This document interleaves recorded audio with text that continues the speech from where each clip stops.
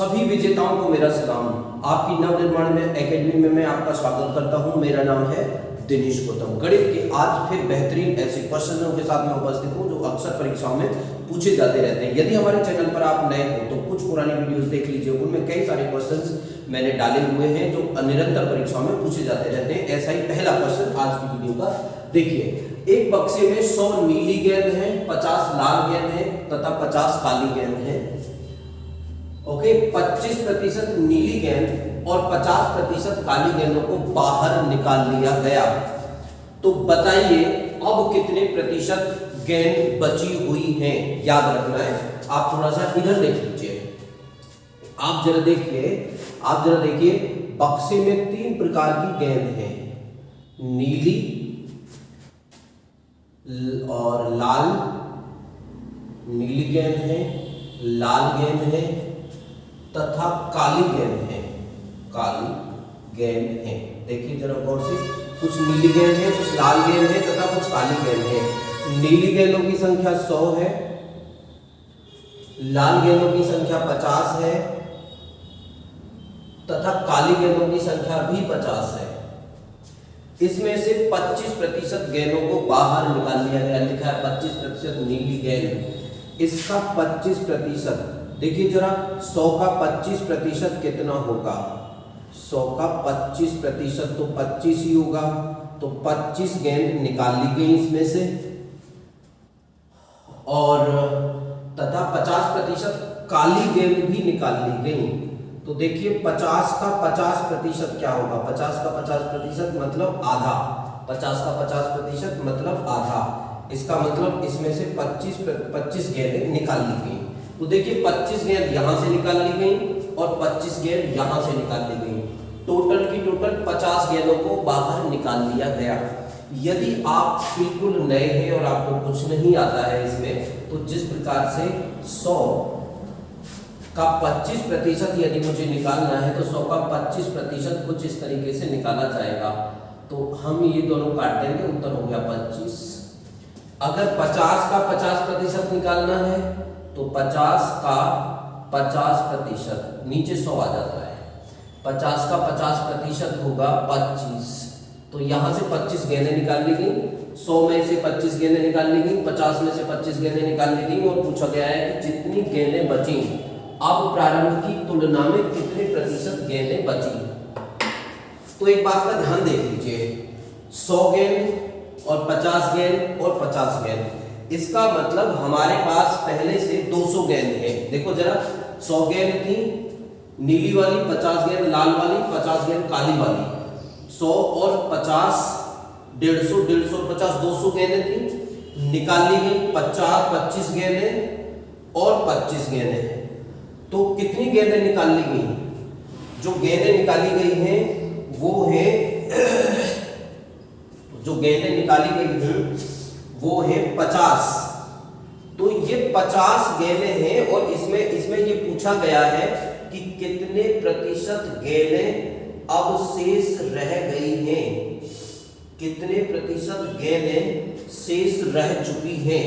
देख लीजिए, पहले जो गेंदें थी, देख लो जरा, शेष गेंदें कितनी हैं? शेष गेंद देख लीजिए। शेष गेंद पहले तो थी 100, फिर 50 और 50। इनमें से जो गेंदें निकाली गई हैं 25 माइनस 25 मतलब 50 गेंदें निकाल ली गई हैं, तो 150 गेंदें बची हैं। 150 गेंदें बची हैं। तो यही पूछा गया है कि जो गेंदें बची हैं वो कितने प्रतिशत हैं। जो गेंदें बची हैं कितने प्रतिशत गेंदें इसमें शेष बची हुई हैं, ये पूछा गया है। इसमें कितने प्रतिशत शेष गेंदें बची हुई हैं? तो देखिए शेष गेंदें कितनी हैं? शेष गेंदें तो 150 है। अब यहाँ पर निकाल लेता हूँ इस सवाल को। प्रारंभ में कितनी गेंदें थी? प्रारंभ में 200 गेंदें थी, 200।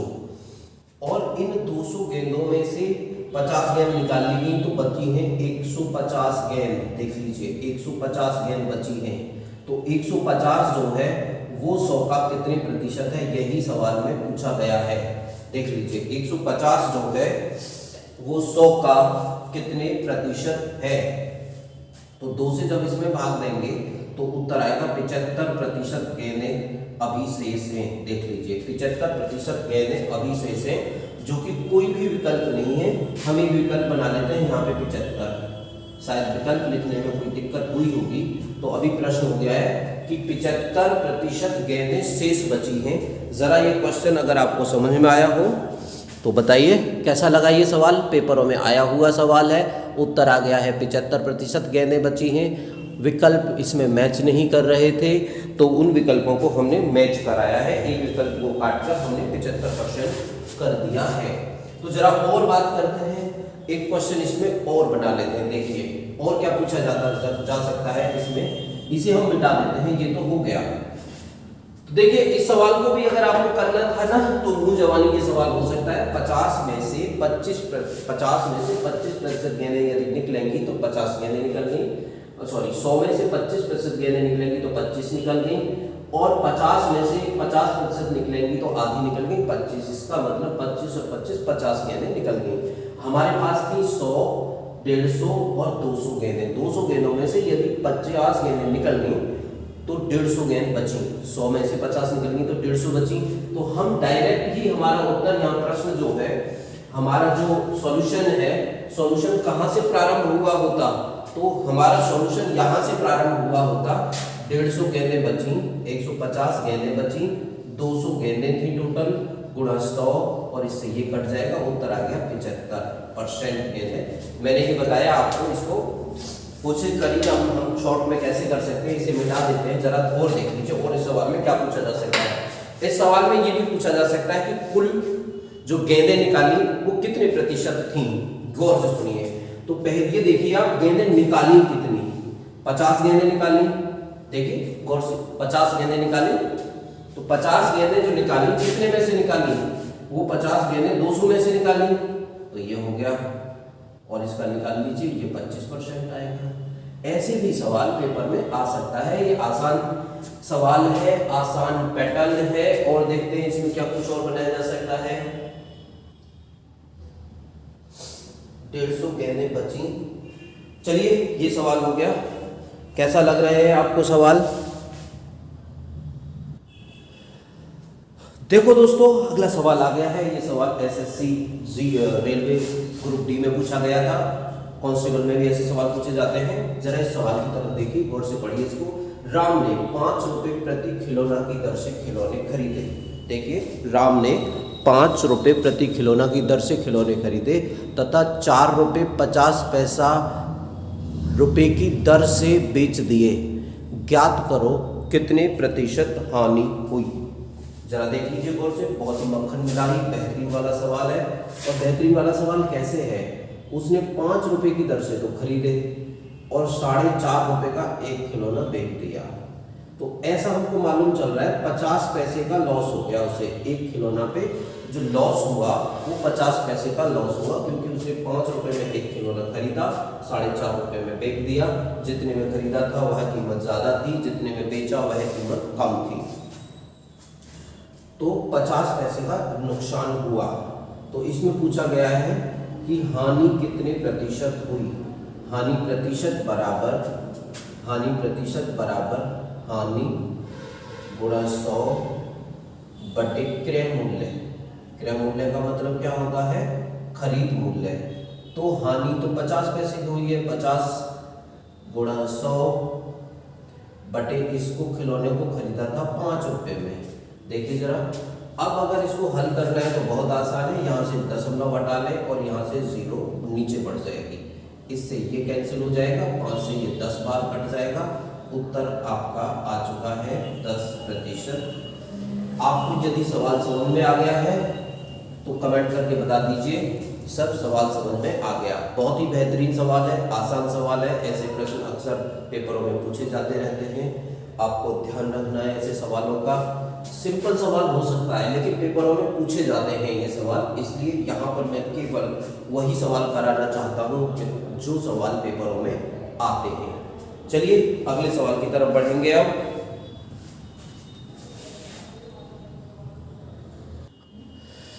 देखिए दोस्तों, बोर्ड पर आ चुका है आज की क्लास का तीसरा सवाल। बहुत ही साधारण सवाल, परंतु पेपरों में आ चुका है ये सवाल। एसएससी में ही पूछा गया था। क्वेश्चन नंबर 3 है, 150 रुपए ब्याज प्राप्त करने के लिए कितने रुपए 6 माह के लिए साधारण ब्याज पर देने पड़ेंगे यदि ब्याज की दर 4% है। यहाँ पे रह गया यदि दर 4% है। ये सवाल है, यदि दर 4% है और ब्याज प्राप्त करनी है 150 रुपए, समय है 6 महीने का, तो कितने रुपए ब्याज पर उधार देने होंगे। एक बात समझ लीजिए, जो साधारण ब्याज है, साधारण ब्याज लेनी है 150 रुपए। समय जो दिया गया है वो है 6 माह। 6 माह का मतलब होगा कितना साल, 6/12 बराबर 1/2 साल। ये पैसा 1/2 साल के लिए दिया जाएगा। दर कितना है, इसका दर है 4%। देखिए 4% है। तो साधारण ब्याज का जो फॉर्मूला है, जो पॉपुलर फॉर्मूला है, साधारण ब्याज का जो पॉपुलर फॉर्मूला है, साधारण ब्याज बराबर मूलधन गुणा दर गुणा समय बटे 100, समय बटे 100। ये फॉर्मूला है साधारण ब्याज का, और इस फॉर्मूला में सारी वैल्यूज रख देंगे तो उत्तर फटाफट आ जाएगा।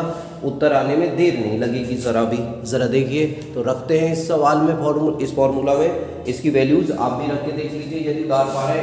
देखिए जरा, तो साधारण ब्याज जो प्राप्त करनी है वो 150 रुपये मिलेगी। 150 रुपये लेनी है ब्याज। मूलधन मान लेते हैं x, इसी का तो नहीं पता है कि पैसे कितने देने हैं। दर 4 है, जो समय है नीचे 100 आएगा, नीचे आएगा 100। समय है 1/2, तो ये 2 नीचे आ जाएगा। इस तरीके से इन सवालों को लिखा जाता है। यदि कोई भी चीज बटे में हो, यदि कोई भी चीज भिन्न में है, तो उसे आधा ऊपर और आधा नीचे लिख लिया जाता है। जैसा मैंने लिखा है इस प्रकार से आप आधा ऊपर और आधा नीचे इसको लिख लेंगे। जरा देखिए, अब जरा इस सवाल को देखिए। अगर आप इस सवाल को करना चाहते हैं तो 2 से तो ये कट जाएगा 2 बार, 2 से तो 2 बार कट जाएगा। ये 10,000, ये 100 और 150, इन दोनों की गुणा हो जाएगी। तो इन दोनों की जो गुणा होगी तो हमको x बराबर 150 गुणा 100 बटे 2 करना पड़ेगा, क्योंकि ये 2 नीचे आ जाएगा। ये 2 इस 2 से काट दीजिए, 2 से ये 75 बार कट जाएगा। 75 बार कट जाएगा, 75 और 100, उत्तर आ रहा है 7500। देख लीजिए, तो इसका उत्तर होगा B फॉर बॉय। यदि आपका यही उत्तर आया है तो आप मुझे एक अंगूठा भेजिए वीडियो में, ताकि मुझे पता चल जाए कि आप भी कर पा रहे हैं।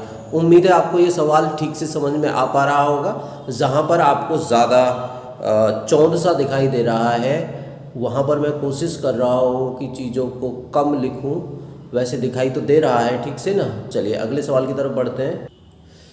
देखिए दोस्तों, बड़ा ही प्यारा सा सवाल है, चाल और दूरी का सवाल है, जो आप बोर्ड में देख रहे हैं। ये कह रहा है 150 मीटर लंबी रेल 450 मीटर लंबे प्लेटफार्म को पार करने में 20 सेकंड का समय लेती है। तो रेल की चाल क्या है, ये सवाल पूछा गया है कि रेल की चाल क्या होगी, रेल की चाल याद करो।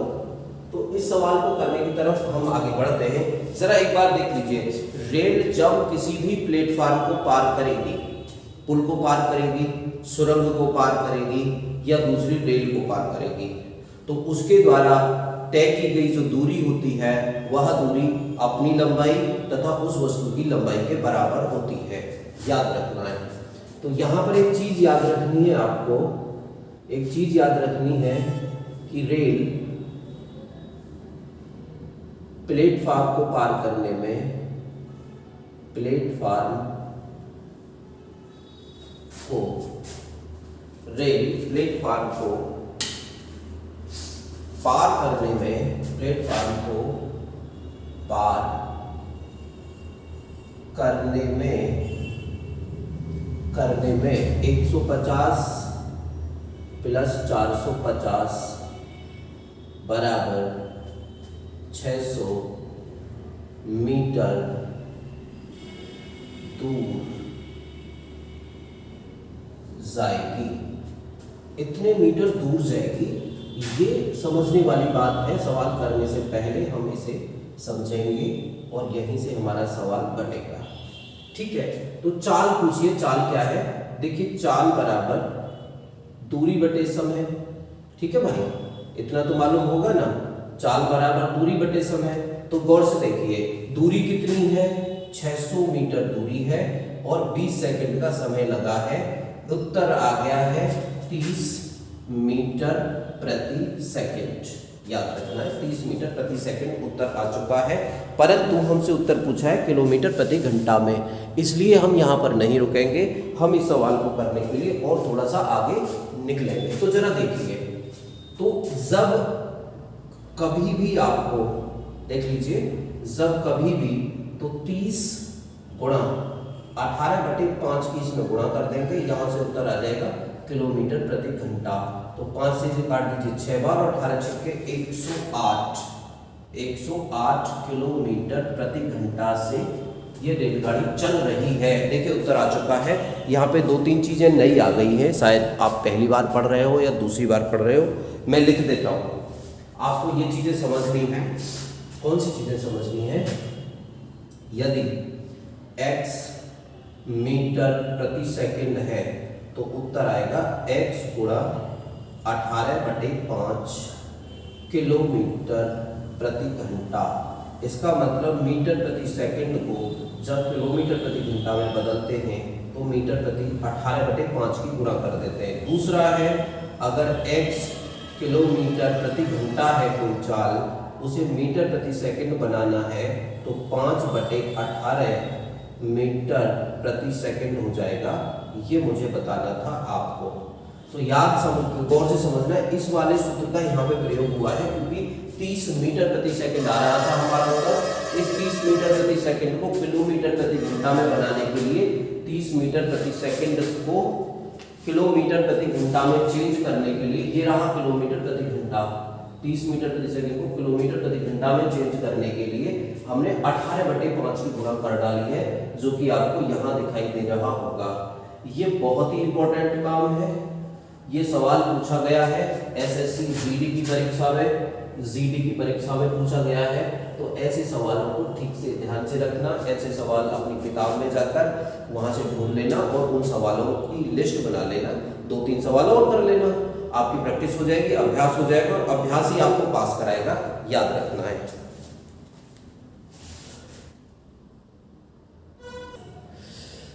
देखिए विजेताओं, और एक क्रांतिकारी सवाल आ चुका है, संख्या पद्धति का सवाल है। बहुत बार ऐसे सवाल पूछे जाते रहते हैं। संभवतः कल की वीडियो में भी एक ऐसा सवाल मैंने कराया था, जो में दिया गया है 9 की घात 6 - 11 को जब 8 से यदि भाग देंगे तो क्या शेष बचेगा। ये सवाल पूछा गया है, शेष क्या होगा, क्या शेष बचेगा। तो जरा देख लीजिए, इस सवाल को देखते हैं। 9 की घात 6, यहाँ पर एक लाइन ड्रॉ कर लेते हैं ताकि डिवाइड होता रहे। देख लीजिए, 9 की घात 6, यहां से शुरू करते हैं। 9 की घात 6 -11 बटे 8 का भाग देना है इसमें। तो जब 8 से भाग देंगे तो क्या शेष बचेगा। देखिए एक बात छोटी सी समझ लीजिए, मैं एक बात बता देता हूं आपको कि यदि किसी संख्या में 10 में 9 का भाग देंगे तो 1 शेष बचेगा। यदि 10 गुणा 10 में 9 का भाग देंगे तो याद रखना है 9 से जब इसे विभाजित करेंगे तो 1 बचेगा और इसे 1 बचेगा। तो 1 गुणा 1/9, तो 1 की 1 में गुणा करेंगे तो 1/9, तो शेष कितना आ रहा है। अब भी 1 ही आ रहा है, ना। तो इसके बाद यदि हम ये कहें कि 10 की घात 10 में यदि 9 का भाग देंगे तो देखिए 9 का गुणा 9 का भाग देंगे हम 10 में केवल, तो 9 का 10 भाग से कोई लेना देना नहीं है हमारा, तो 9 का भाग जब 10 में देंगे तो ऊपर बचेगा 1 और घात बचेगी 10, तो नीचे रह गया 9, 1 की घात 10 करेंगे तो 1 ही होगी ना, 1 की घात 10 तो 1 ही होगी और नीचे 9 होगा। अब बताइए 1 में 9 का भाग देंगे तो क्या शेष होगा, तो शेषफल आएगा 1। यहां से आप कुछ समझ पाए होंगे। यदि इसी सवाल में गौर से समझिएगा, यदि इसी सवाल में ये जो सवाल आप देख रहे हैं, इसी सवाल में ये सवाल रहा होता कि 10 की घात 10 माइनस 1 में यदि 9 का भाग देंगे तो शेष क्या होगा, ये अलग है, अभी इसको मैंने अलग किया है। तो अभी हमने यहाँ पे निकाला है ये 10, 9 की घात 10 में शेष कितना आता है, 9 की घात 10 में 1 शेष आता है, परंतु माइनस 1 और हो रहा है। अब हमने इसमें 9 का भाग दिया तो बेटा देखो जरा, 1 में से 1 गया तो 0/9, तो शेष कितना आया 0। तो ये चीज बड़ी इंपॉर्टेंट बताई है मैंने, आप इस चीज को नोट कर लेना ठीक से, ये चीज बड़ी इंपॉर्टेंट है। यहां से सवाल पूछे जाते हैं, यहां से भी सवाल पूछे जाते हैं। उम्मीद है आपको जितना मैंने बताया है ये समझ में आया भी होगा, ठीक है। तो एक सवाल और इसमें बताना चाहूंगा, ये सवाल तब पूरा होगा, इसी में एक सवाल और समझाना चाहूंगा मैं, इसी में एक सवाल और समझाना चाहूंगा जो कि बहुत ही इंपॉर्टेंट है। ये मोस्ट इंपॉर्टेंट सेक्शन है, मोस्ट इंपॉर्टेंट बात है जो मैं अब तुम्हें बताने जा रहा हूँ। 10 की घात 10 माइनस 2/9 का यदि भाग देंगे तो 9 का भाग दीजिए 10 में, 9 का भाग जब 10 में देंगे तो 1 बचा, 1 की घात 10 माइनस 2। गौर से देखिएगा मैं सवाल कर रहा हूँ, तो यहाँ पे तो बचेगा 1 माइनस 2/9। तो बेटा जब 1 में से 2 बचेगा तो माइनस 1 बचेगा, माइनस 1/9। तो शेष क्या होना चाहिए, माइनस 1 होना चाहिए, यहीं से मेरा मतलब है। लेकिन शेष कभी भी माइनस में नहीं आ सकता है।